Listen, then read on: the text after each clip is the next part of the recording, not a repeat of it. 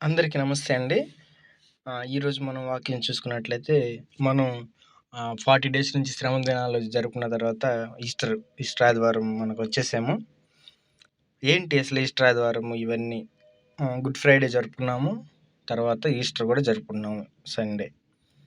So, అసలు ఆయన చనిపోవటం వల్ల ఏమి కలిగిందో ఈ వీడియోలో మనం చూద్దాము. జస్ట్ ఈ వాక్యం చదువుకొని మనం కొంచెం డీటెయిల్‌గా వెళ్దాం. ఆయన రక్తము వలన పరిశుద్ధ స్థలము నందు ప్రవేశించుటకు మనకు ధైర్యము కలిగి ఉన్నది. దీని అర్థం ఏంటంటే, అంతకుముందుల దేవుడి దగ్గరికి డైరెక్ట్‌గా ఎళ్ళలేమండి. పరిశుద్ధ స్థలం, అతి పరిశుద్ధ స్థలం అట్లా ఉంటాయి. యాజకులు, ప్రధాన యాజకులు అంటే పూజారులు లెక్క. మన ఇండియాలో చెప్పుకుంటే పూజారులే ఎళ్లి దేవుడికి ఆయన దేవుడిని టచ్ చేయాలి. వాళ్ళకి ఆ దేవుని వస్త్రాలు మార్చాలి. పూజారులే ఆ దేవుడున్న విగ్రహం ఆ గదిలోకెళ్ళాలి.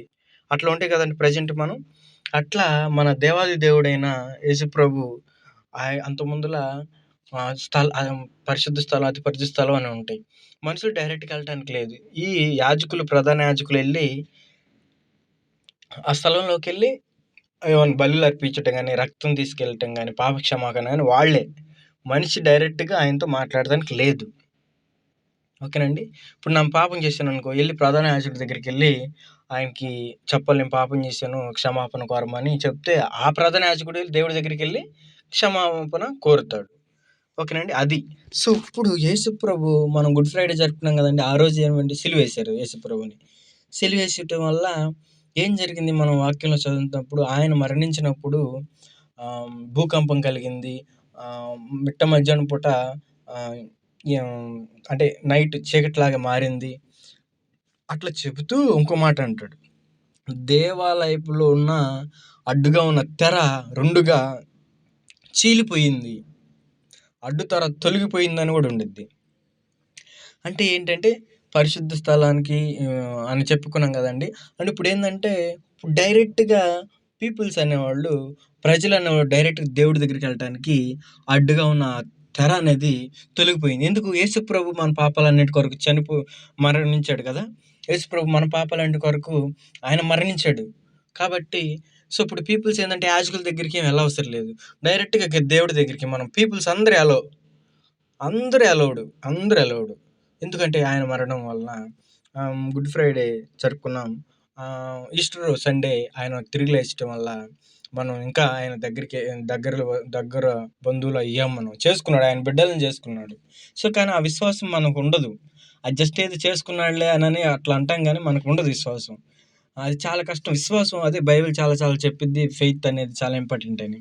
కానీ ఆ ఫెయిత్ ఉంచాలని చెప్పిద్ది కానీ మనం ఉంచలేము. అది ఇంపాసిబుల్. ఎందుకంటే ఆ ఫెయిత్ ఉంచినోడు గొప్పోడంతే. పెద్ద పెద్ద సేవకులు ఎవరు వాళ్ళకి మనకి తేడా ఏందంటే వాళ్ళు విశ్వాసం ఉంచుతారు. మనం ఉంచం. అంతే తేడా. ఓకేనా. కానీ ఆ విశ్వాసం ఉంచడం అనేది చాలా సింపుల్ విషయం గాదు.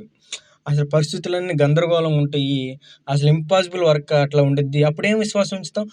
ఆ వర్క్ జరిగిద్దని విశ్వాసం ఉంచలేము. ఎందుకంటే కళ్ళెదుటే కనిపిస్తా ఉంది. ఇది జరగదు అని మనకు తెలుసు. కళ్ళెదుట కనిపిస్తా ఉంది. పరిస్థితులు అనుకూలంగా లేడు. అప్పుడు ఏం విశ్వాసం ఉంచుతామండి? జరగదని మనకు మనకు అర్థమైపోతుంది గదా! కానీ ఆ టైంలో విశ్వాసం ఉంచాలి. అదే ఆ టైంలో ఎవరైతే విశ్వాసం ఉంచుతారో వాళ్ళు గొప్ప దేవుని సేవకులుగా ఇప్పుడు ఉన్నారు. సో, అసలు టైంలో విశ్వాసం ఉంచడం చాలా ముఖ్యం. సో, ఇప్పుడేందంటే ఆయన రక్తము చిందించాడు కాబట్టి ఆయన రక్తం చిందించడం వల్ల, ఆయన మరణ పునరుద్ధాల వలన పీపుల్స్ అనేవి డైరెక్ట్‌గా దేవుడి దగ్గరికెళ్ళి, ప్రభువా తండ్రి అని పిలిచే అవకాశం వచ్చింది. ఇంక యాజకులు లేడు, పూజారి లేడు, ఏమి లేడు. డైరెక్ట్‌గా దేవుడి దగ్గరికి మనం డైరెక్ట్‌గా వెళ్ళిపోవచ్చు. ప్రభువా నన్ను క్షమించమని అడగొచ్చు.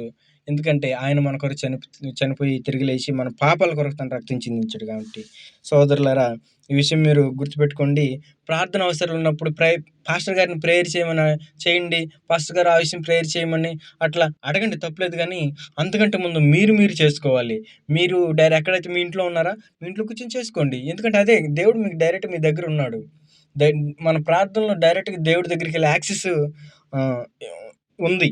సో, ఈ వాక్యం గూడా అదే చెప్తుంది కాబట్టి ఆయన రక్తం వల్ల మనం ఆయన దగ్గరికి ధైర్యం కలిగున్నాం. ఏదో యాక్సెప్ట్ చేస్తాడు లేదా అది లేదు. కాన్ఫిడెన్స్, ధైర్యం డెఫినెట్‌గా దేవుడు మన ప్రార్థనలు అంగీకరిస్తాడు. ఎందుకంటే డైరెక్ట్ యాక్సెస్ ఆయన ఇచ్చాడు కాబట్టి, ఆయన మరణ పునరుద్ధాల వలన ఇచ్చాడు కాబట్టి డైరెక్ట్ యాక్సెస్ అయితే మనకుంది. సో, ఇది. సో, మనం డైరెక్ట్‌గా మన అవసరతల కొరకు, మనం లోకంలో నశించిపోతున్న ప్రజల కొరకు డైరెక్ట్‌గా మనం ప్రేయర్ చేసుకున్న దేవుడు ప్రార్థన ఆలకిస్తాడు. ఓకేనండి. Thank you all.